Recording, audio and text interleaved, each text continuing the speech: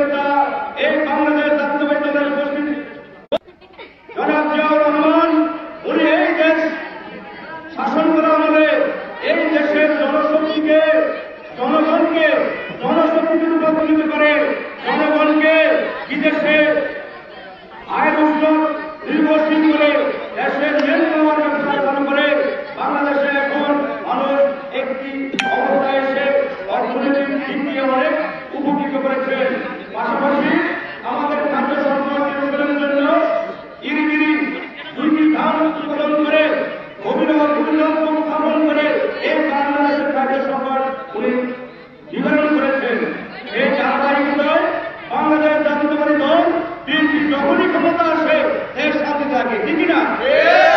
আমরা বিগত দিনে 14 গ্রামের অনেক ভাইদেরকে দেখেছি, ওনারা এমপি হয়েছে, হওয়ার পরে আমাদের যারা বিএনপি নেতৃত্বে আছে আমাদের ভাইকে কি হচ্ছে আপনারা সবাই জানেন।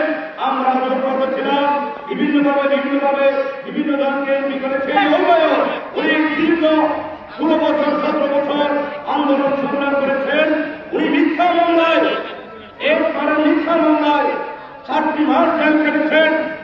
উনাকে যখন উপজেলা নির্বাচনে আনা হয় উনাকে বলেছিলেন আপনি কি নির্বাচন করে সরে যাবেন এই চট্টগ্রাম থেকে? উনি বলছেন আমি নির্বাচন করে এই চট্টগ্রাম থেকে সরে যাবো না।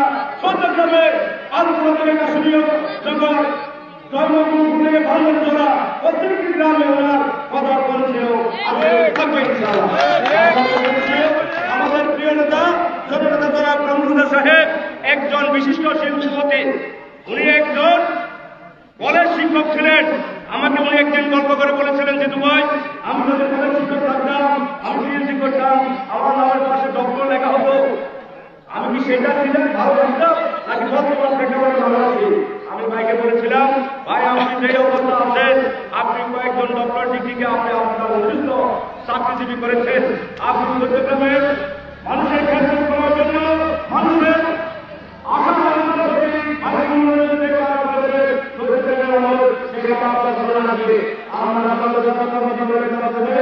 আমাদের এই গ্রামের আশেপাশে অন্যান্য গ্রামের মা বোনদেরকে বলবো, মা বোনেরা আপনারা বিভ্রান্ত হবেন না। বাংলাদেশ পারবে আর সেই সরকার গঠন করা যে প্রতিজ্ঞানশীল একমাত্র কর্মে সেটা হবে। আপনারা সে বাংলাদেশ জাতীয় দলের পতাকা তলে এসে ধানের শেষে পড়বে আগামী দিনে 14 গ্রামের এমপি জননেতা জনাব কানুন বাইকে শক্তিশালী করুন। কারণ কানুন বাই শক্তিশালী হওয়া মানে সরকার শক্তিশালী হওয়া। আপনারা নিশ্চয় অবগত আছেন আগামী দিনে সরকার হবে বিএনপির সরকার। এখানে কোনো জোট হবে না। আমরা কিন্তু অনেক জোট দেখেছি, জোট করে আমরা কি পেলাম কি পেয়েছি না পেয়েছি আমি সেদিকে যাবো না। আমি আমার প্রিয় নেতা